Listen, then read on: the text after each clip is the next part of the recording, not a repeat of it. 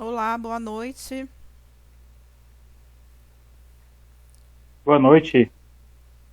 Estou, estamos esperando só entrar mais algumas pessoas para dar o início, tá bom? Tá, tá bom. Tá faltando mais umas duas pessoas entrar.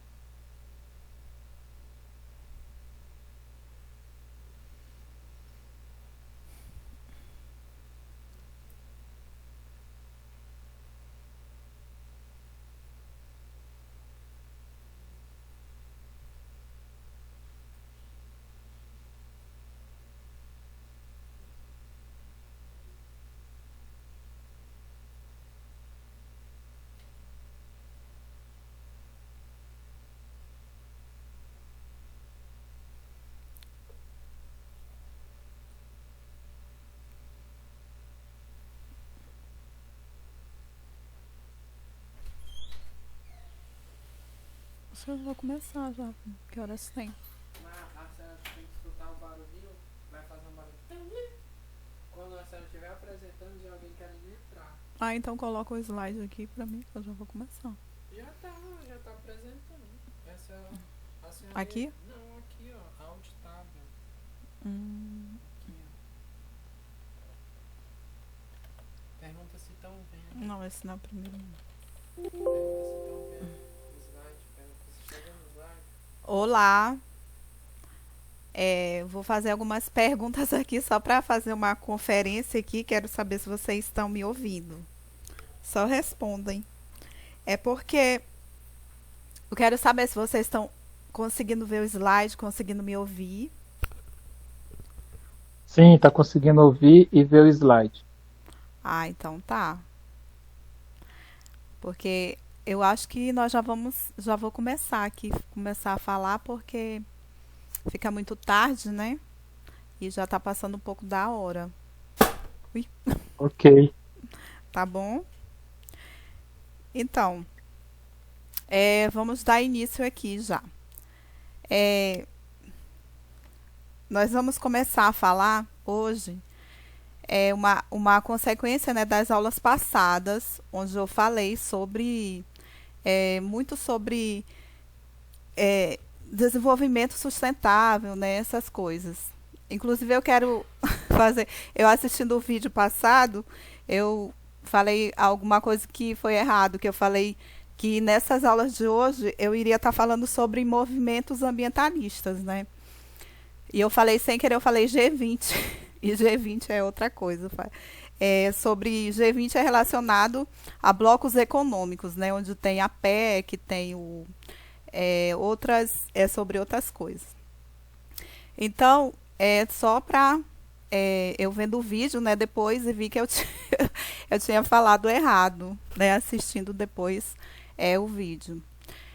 Então, vamos começar a falar, né? Eu já falei em aulas passadas sobre sobre educação ambiental, né? Então, já falei sobre sustentabilidade, já falei um pouco é, sobre lixo, né? Sobre energia limpa, né? E renovável, e energias que não são limpas e renováveis, né? Já dei exemplos aqui na aula passada.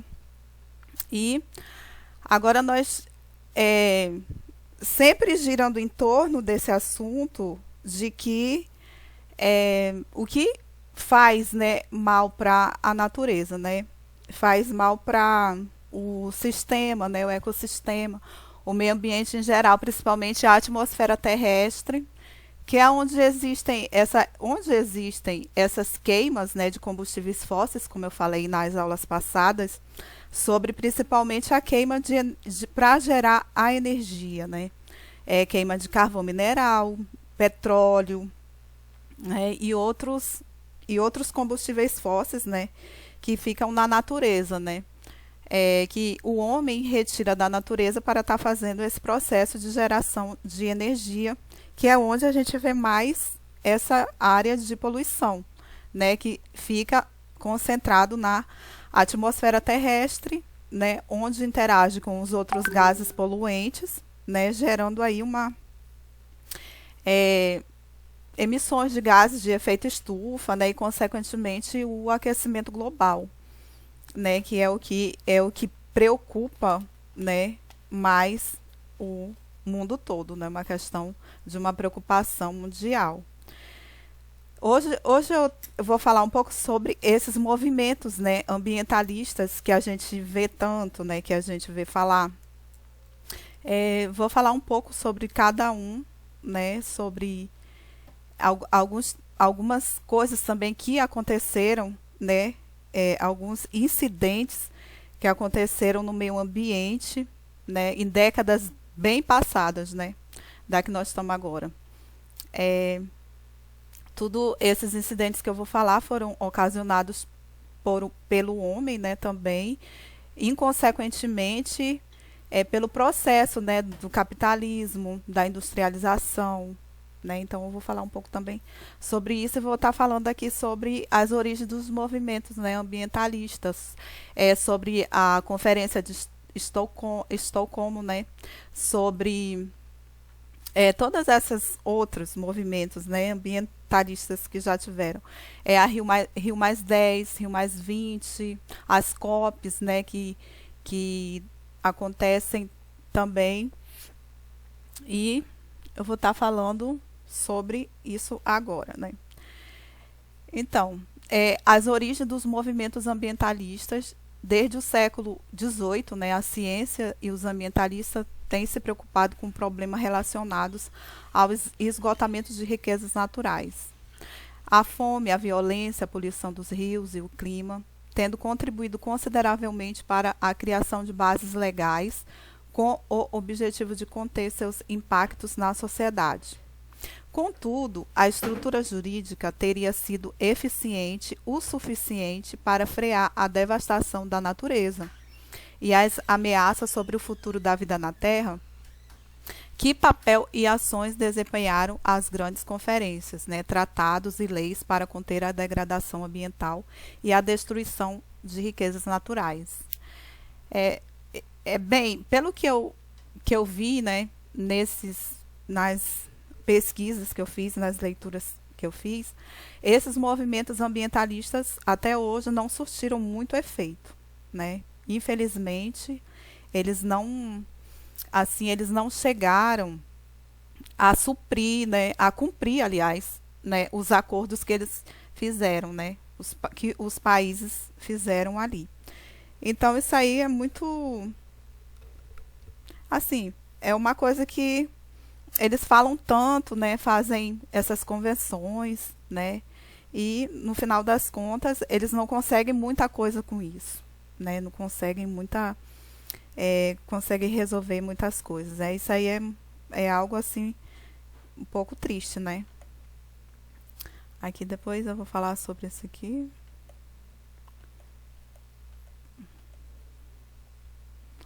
Deixa eu voltar aqui.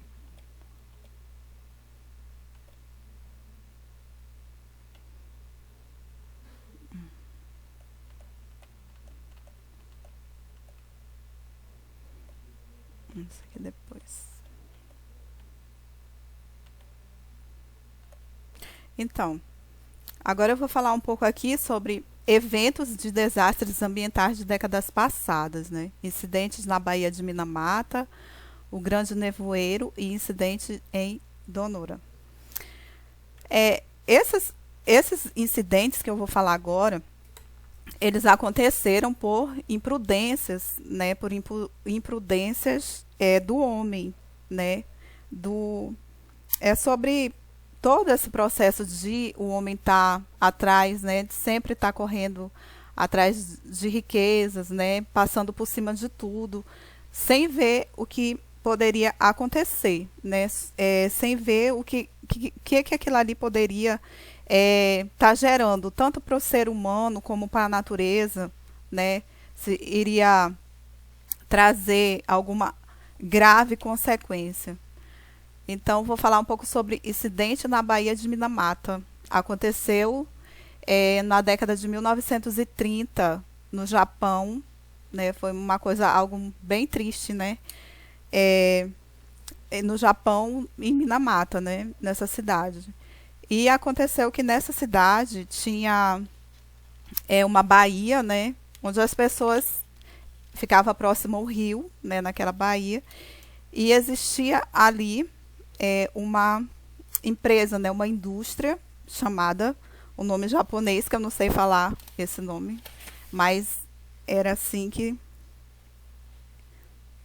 X, eu não sei se é Shiso, como se pronuncia, né?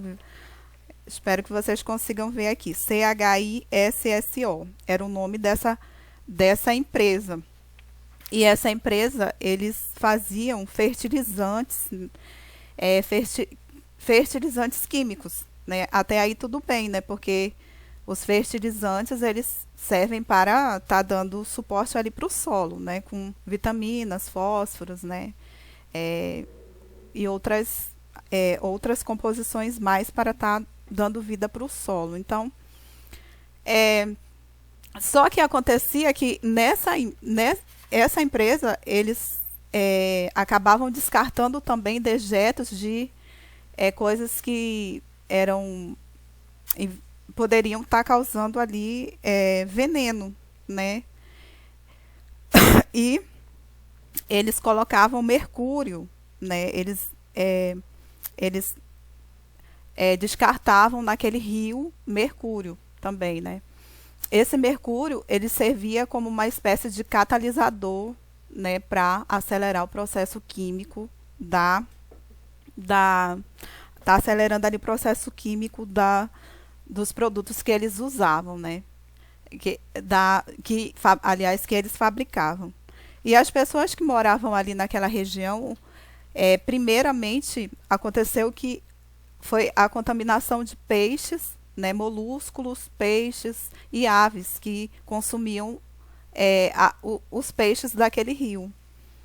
E somente 20 anos depois, isso daí foi na década de 30, quando foi em 1956, apareceu uma criança, né, com problemas de saúde, né, problemas estranhos, né, que médicos desconheciam, né,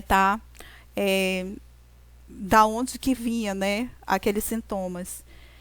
E uma universidade daquela cidade, eles começaram a fazer pesquisas, né, porque apareceu essa criança doente e, consequentemente, depois já apareceram mais pessoas, 13 pessoas, e todas com o mesmo sintoma, né, dessa doença até então desconhecida, né. E essa universidade chamada Manamoto, né, dessa cidade do Japão, eles fizeram uma pesquisa e eles viram que não se tratava, na realidade, de uma doença, mas se tratava de um envenenamento, né? E eles já desconfiavam dessa empresa Shiso, né? Shiso, não sei como é que se fala. E essa empresa, ela era muito, como é que se diz, muito bem requisitada naquela cidade, né? Porque era uma cidade de 14 mil habitantes e ela dava emprego ali para a maioria das pessoas, né? Então, as pessoas não gostavam muito de falar daquela empresa, né? Era até proibido. E aquela universidade ali naquele momento, ela viu que aquelas pessoas, elas estavam, na realidade, tendo um processo de envenenamento, né? Causada por esse mercúrio, né? Que essa empresa descartava nesse rio, as pessoas consumiam esse peixe e, consequentemente, os peixes, né? Geralmente eram pessoas que moravam naquela região ali, né? Região pesqueira, e eles ficaram contaminados e teve muitas mortes, né? Teve muitas mortes e aconteceu que os médicos, né, já assustados com aquilo tudo que vinha acontecendo, eles resolveram fazer uma pesquisa mais específica, né? E eles constataram que realmente elas estavam com contaminação, né, de mercúrio, né? Era pelo mercúrio. O que eu quero estar passando para vocês com isso é que, assim, né, uma história aconteceu em 1930. 1930 foi depois da Revolução Industrial, né, que eu falei para vocês na aula passada sobre a Revolução Industrial, que ela trouxe também muitos prejuízos, né, para a natureza, né, por causa do carvão que era queimado nas máquinas, né, para funcionar. Então, depois eu posso até falar mais um pouco, né, sobre os problemas sociais e ambientais que a Revolução Industrial trouxe. Então, nesse acontecimento de Minamata, né, que ficou conhecido como o Mal de Minamata, ele foi em 1930, né? Foi depois da Revolução Industrial. Então, o meio ambiente ele já vinha sofrendo, aí já uma certa, já estava impactado, né? Com alguns impactos, né? Porque a Revolução Industrial, ela já, desde aí então que a natureza, o meio ambiente começou a ser poluído, né? Principalmente as camadas de ar, né? Com o CO2 por causa da fumaça do carvão mineral que era queimado. Então, o que eu quero estar passando para vocês, né? Nessas histórias que eu vou falar ainda sobre o Grande Nevoeiro, o incidente de Donora, é sobre as inconsequências do homem, né? Eles não estão preocupados no que aquilo vai, o efeito que aquilo vai surtir, né? No futuro. Então, eu resolvi falar sobre isso, né, para ver como é que o homem age, né, por causa do dinheiro, né, por causa eles não, quantas pessoas morreram, né, até hoje a gente vê muito isso acontecer, né, nos jornais, né, teve aquele caso que aconteceu, daquela, esqueci agora o nome, mas foi há pouco tempo, né, que as pessoas morreram, muita gente, né. Acho que foi em Minas Gerais, não estou lembrada agora. Deu um branco. Mas a gente está vendo isso, né, o tempo todo. E esse caso aqui, ele aconteceu depois da Revolução Industrial, né, que a máquina descoberta da Revolução Industrial, ela foi descoberta em 1600, né, como eu falei para vocês, aquela primeira máquina. Aí depois outra pessoa, né, outro homem chamado James Watt, né, e o primeiro que inventou a máquina foi o Thomas Malcolm, né, em 1600. Aí depois apareceu, já nas décadas aí desses anos de 1700, apareceu esse outro cientista aí, né, que pesquisava, inventor de máquinas na década de 1700, e inventou a máquina mesmo que seria a apresentada para a sociedade, né, que foi essa dos anos de 1700, né? Então, esse incidente da Baía de Minamata, que ficou conhecido como o Mal de Minamata, ele foi depois da Revolução Industrial, já em 1930, né? E foi antes da Segunda Guerra Mundial, que a Segunda Guerra Mundial também, ela veio trazer outras coisas também que mais na frente eu vou estar falando para vocês, né? Por isso que eu estou falando nessa questão de datas, né? Revolução Industrial, poluição também, né? E a guerra também, a Segunda Guerra Mundial também trouxe algumas coisas, né? Relacionadas ao meio ambiente. Então, quando foi na Segunda Guerra Mundial, né? Que a Segunda Guerra Mundial foi em 1939, e só acabou em 1945, né? Então, isso foi um incidente, né, da Baía de Minamata, no Japão, que ficou conhecido, que foi por essa fábrica, né, que eu já passei o nome aqui para vocês, CHISSO. Era uma indústria, né, que fazia fertilizantes químicos, né, e acabou que eles jogavam muito mercúrio, e muitas pessoas morreram, né, vieram a óbito, muitas mesmo, né, foi muitas pessoas que perderam a vida. E outras pessoas que não morriam, elas ficavam desse jeito aqui que vocês estão vendo aqui na foto do slide, né. Essa doença, o mercúrio, ele causava nas pessoas, né, quando elas recebiam uma alta concentração de mercúrio, elas ficavam com danos cerebrais, né, perdiam as coordenação motora das mãos, dos pés, ficavam com problemas de visão e de audição. Então elas ficavam bem, assim, praticamente a vida delas acabava, né? Não tinha mais autonomia nem da mente nem do corpo. Então isso foi um acidente, né, que aconteceu por causa da irresponsabilidade, né, das pessoas, né, do homem. Então, ficou conhecida como o mal de Minamata, né? E muitas pessoas, como eu já falei, né, perderam a vida e elas ficavam desse jeito aqui da foto, né? Como, não sei se vocês estão conseguindo ver, assim, né? Foi bem triste, né? Foi muito triste, as pessoas ficavam desse jeito, né? Bem incapacitadas para viver, né? Para viverem suas vidas por causa da inconsequência do homem, né? E agora eu vou falar sobre o Grande Nevoeiro. O Grande Nevoeiro, ele também foi uma outra catástrofe, né, que aconteceu no meio ambiente, né? Foi na cidade de Londres. Esse daqui já foi mais um pouco para depois da Segunda Guerra Mundial, já era em 1952, né, em Londres, que apareceu uma nuvem negra, né, e ficou pairando sobre 5 dias sobre essa cidade, né? Então aconteceu eu falei para vocês na aula passada sobre inversão térmica, né? O que seria inversão térmica? É quando acontece uma camada de, eu vou relembrar aqui, né? Eu falei bem explicadinho, né, na aula passada.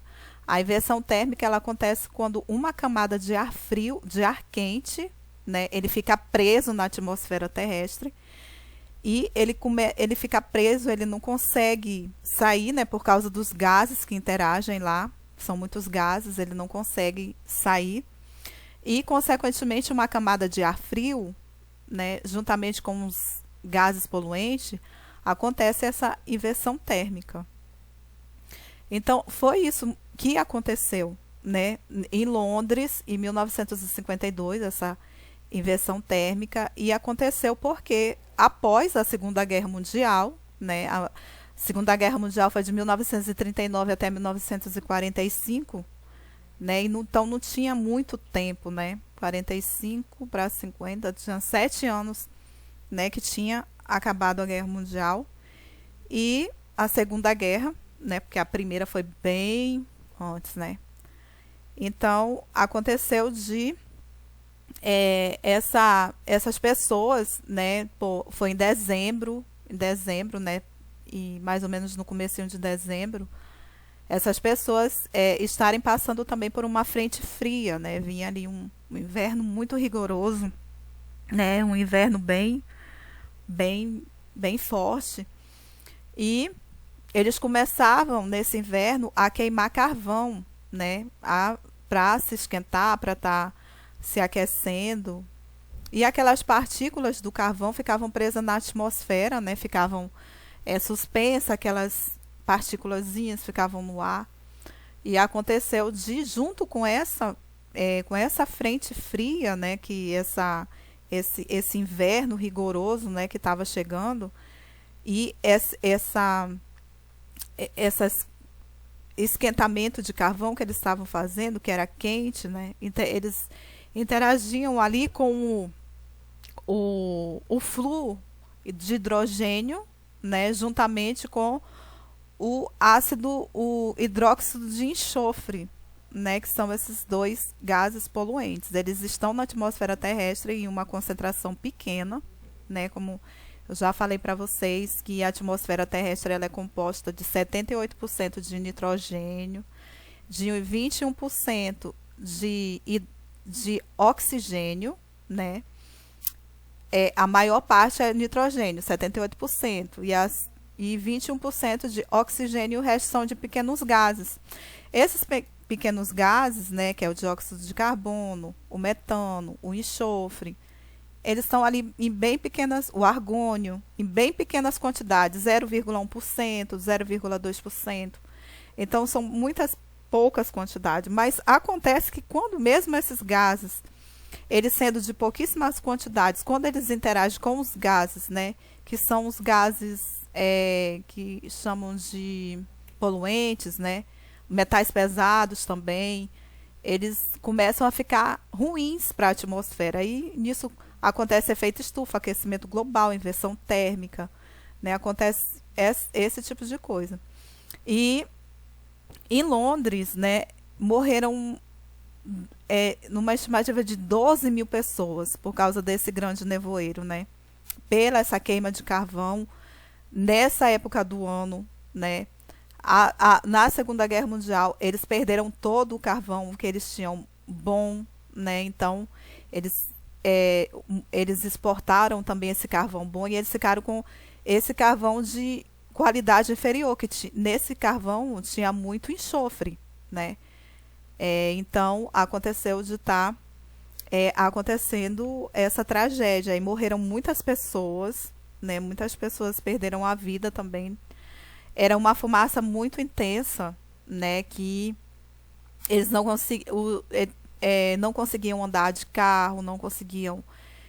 Quer dizer, a cidade parou, né? E cinemas também foram fechados porque não conseguiam ver a tela de TV, até ambientes internos, né? Não só os externos, mas também internos, eles ficaram fechados.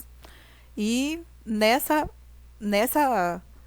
acontecimento também morreram muitas pessoas em Londres, né? Foi isso que aconteceu também. Esse daqui não foi causado por uma indústria, né? Pelo um processo de capitalismo, né? Desordenado, mas foi pela consequência mesmo, em consequência das pessoas, né? Das pessoas civis, né? Que queriam tá se aquecendo e eles acabavam ali queimando o carvão, né?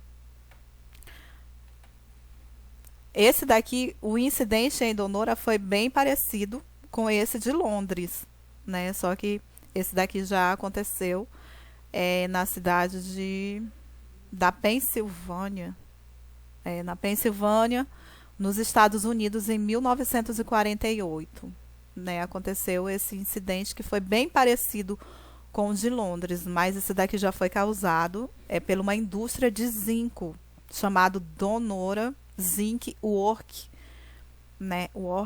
Donora Zinc Work, né? Que era uma indústria de zinco.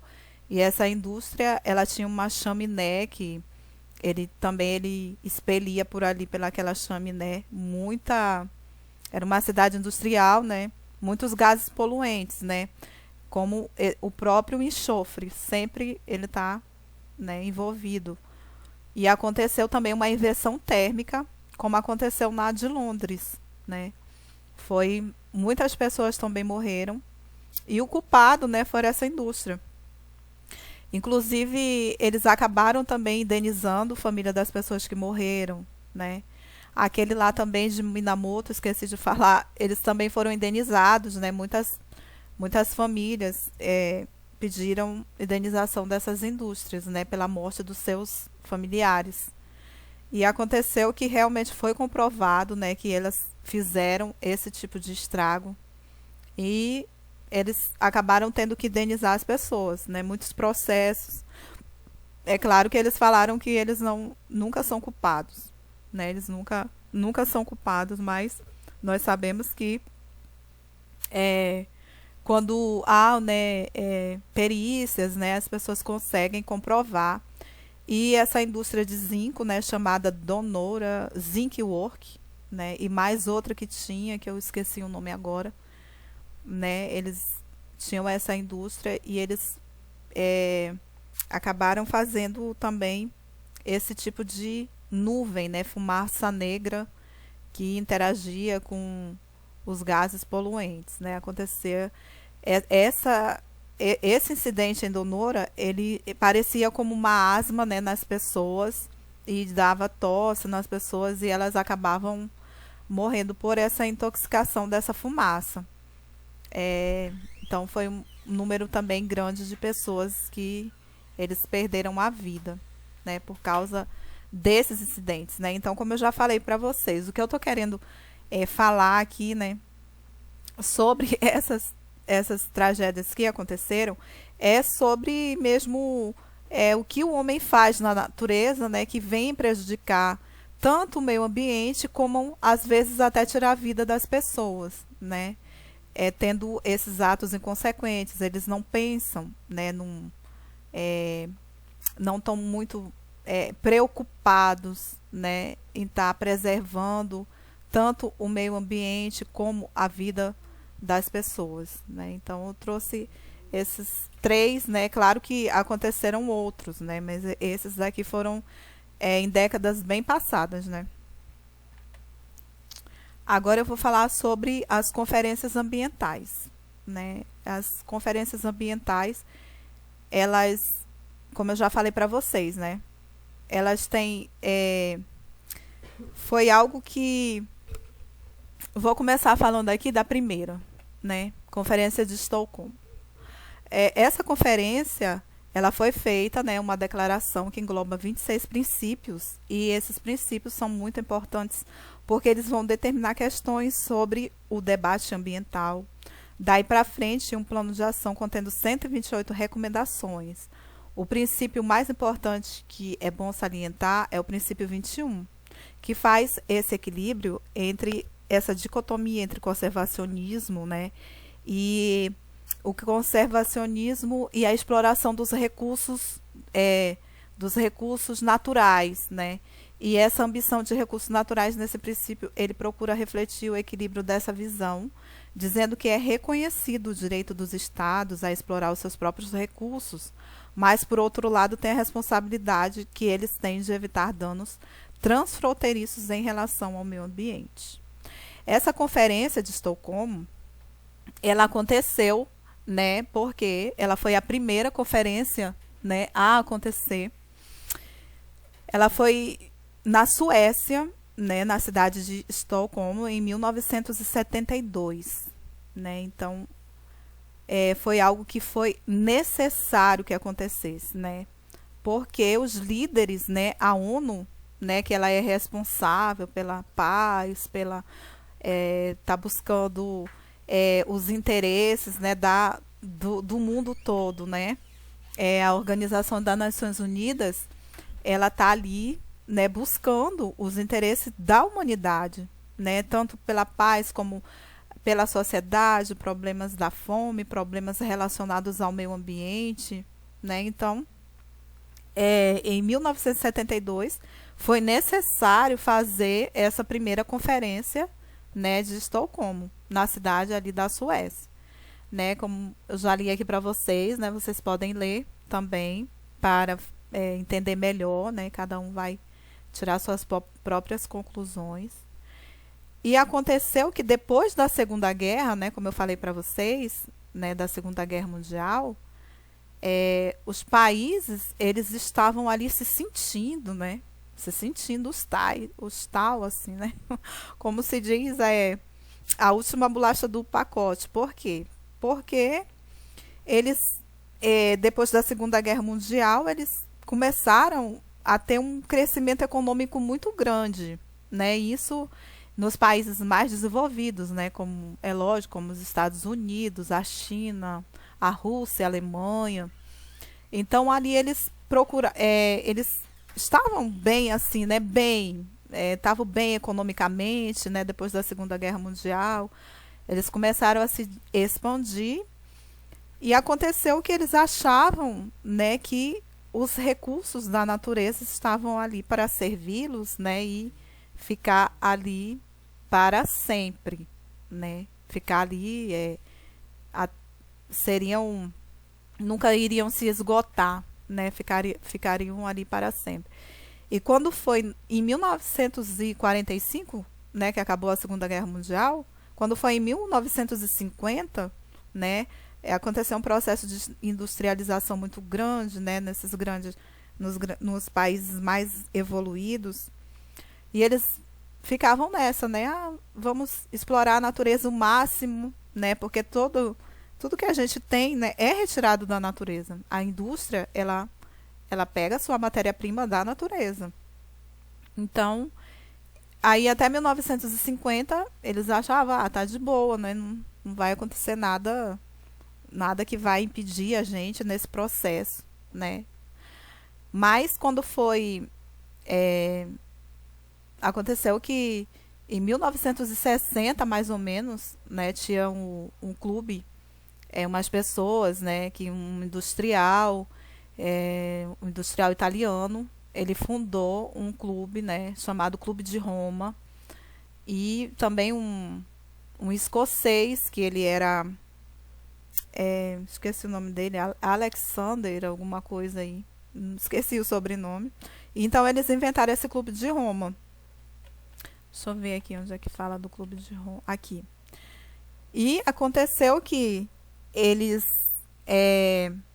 através, né, desses acontecimentos, né, após a Segunda Guerra, eles começaram a querer estudar, né, estudar. Espero que vocês estejam me entendendo, né?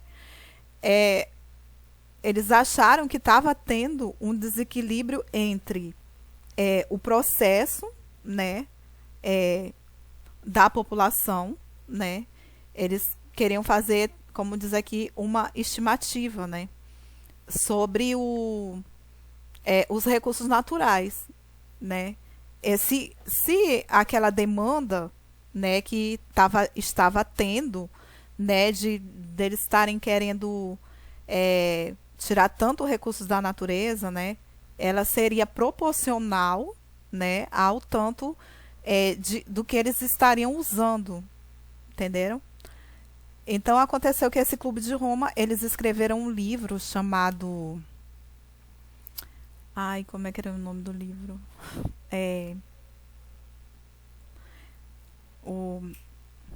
Esqueci agora. Deixa eu ver se eu lembro. Esqueci, deixa eu ver se eu tenho anotado aqui. Então tá, eles esse livro, né, que era eles escreveram, né? E aconteceu que nesse livro ele relatava tudo o que estava acontecendo, né, sobre esse processo de tirar os recursos da natureza e não tá ali suprindo esses recursos, né? E se seria proporcional ao que eles estavam tirando, né? Se teria um êxito ali, né? Se esse consumo, né, que eles estavam consumindo, se a natureza, como era que ela ia suportar, né, todo esse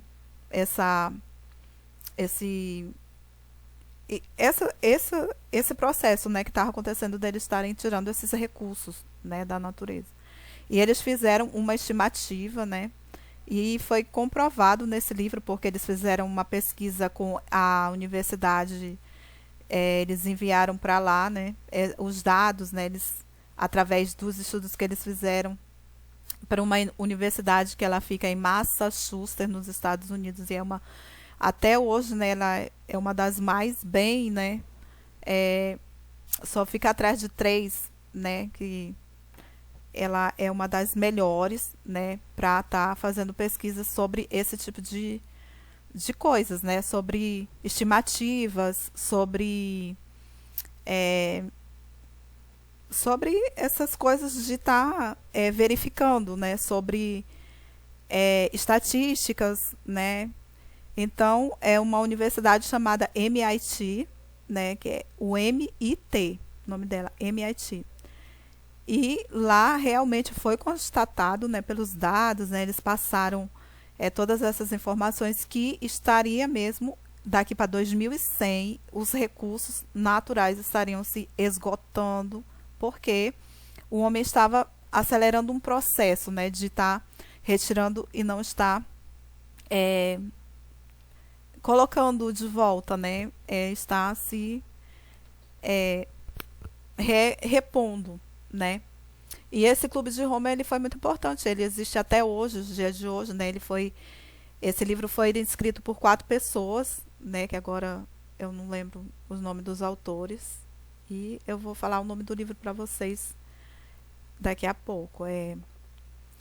Então, aqui, aliada ao contexto mundial da Guerra Fria, que contempla o medo de um possível conflito nuclear, a obra Os Limites do Crescimento, o nome do livro, aqui apareceu, Os Limites do Crescimento, publicado pelo Clube de Roma em 1972, elabora uma estimativa futura das relações entre os recursos disponíveis e taxas de consumo, antevendo um futuro negativo para a humanidade.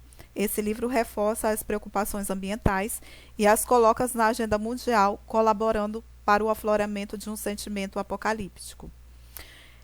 Então, Os Limites do Crescimento, ele foi escrito por 4 autores, né? Publicado aí por esse Clube de Roma. Esse Clube de Roma é onde, como eu já falei para vocês, né? Onde existe cientistas, né? Pessoas ali que estão estudando, né? Estão vendo coisas relacionadas à economia, política, muitas coisas. Então, através desse livro, que ele foi publicado em 1970, né, em 1972, aconteceu um despertamento, né, ele despertou o interesse como eu já falei para vocês, da ONU.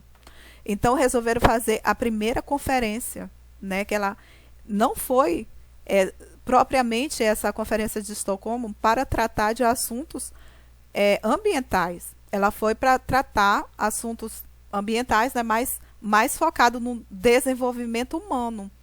Como era que a humanidade estava se desenvolvendo depois, né, como eu já falei para vocês, né, na década de 50, aí as pessoas pensavam que os recursos naturais eram infinitos, né, infinitos, e então elas começavam a usar, até que esses homens, né, se despertaram para estar fazendo essas variáveis aí, né, já desconfiados, né, vendo o que se passava, eles resolveram fazer uma estimativa, né, até com esse MIT, essa universidade aí bem famosa.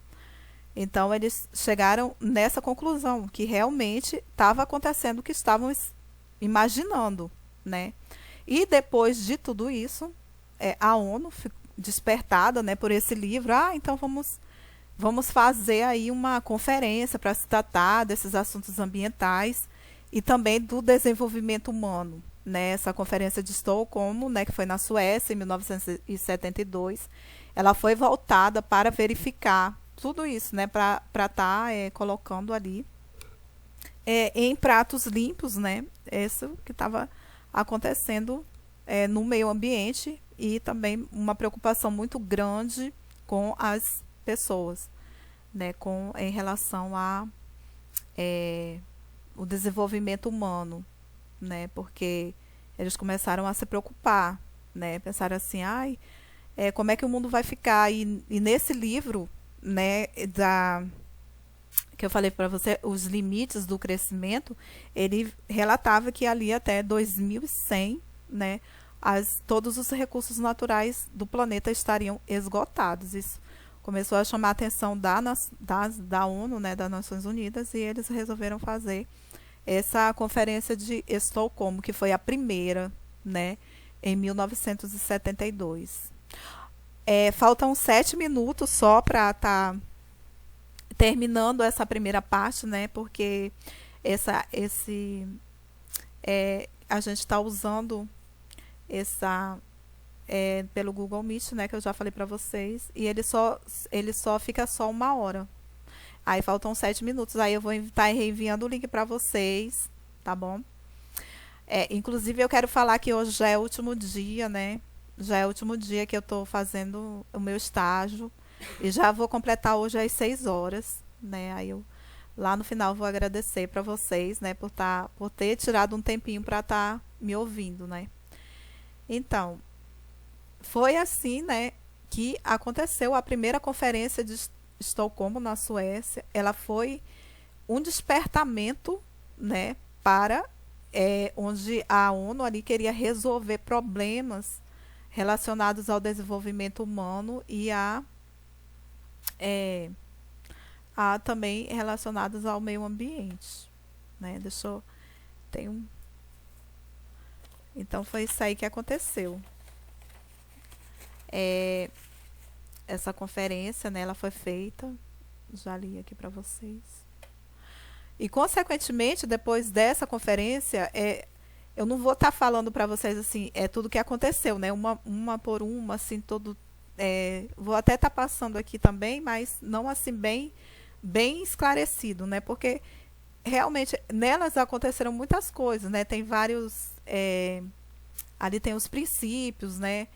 Muitas não chegaram em acordo, muitas conferências que tiveram não chegaram em acordo.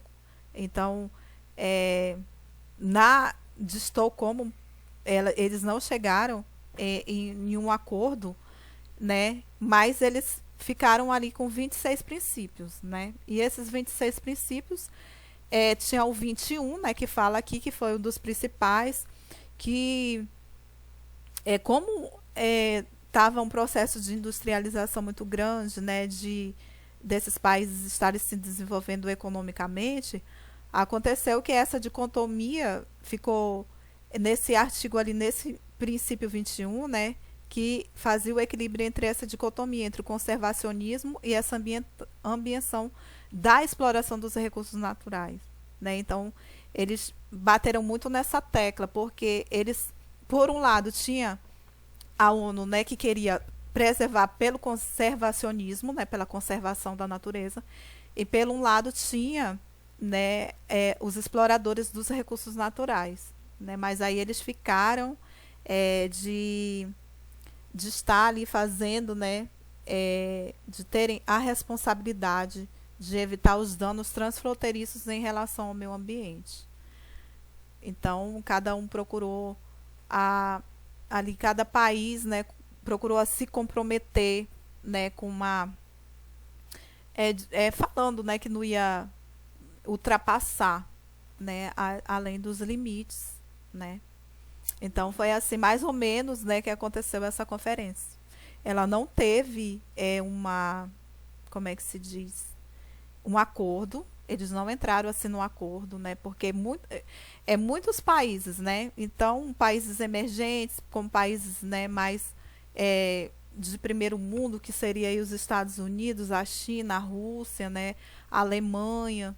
Então, países assim como o Brasil, né, que é emergente, Argentina, esses países mais menos industrializados, né, ou até muitas vezes industrializados, mas ainda não tiveram o crescimento, né, devido.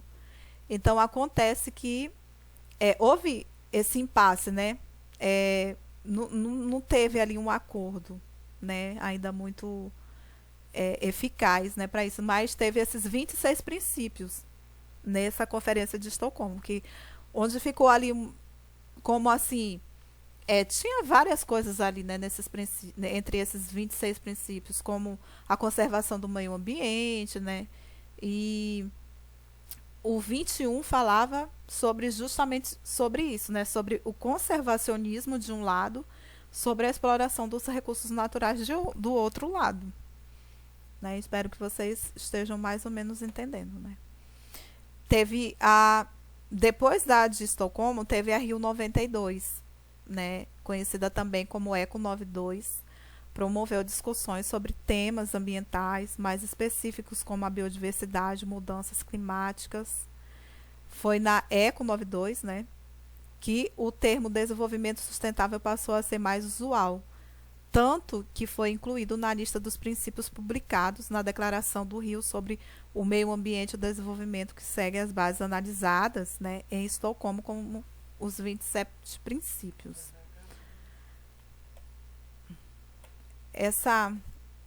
Bem, eu vou reenviar o link, né, que já está acabando, e eu vou falar mais sobre essa Rio 92 na volta. Aí vocês acessem o link. E é rapidinho, só falta mais uma horinha, tá bom?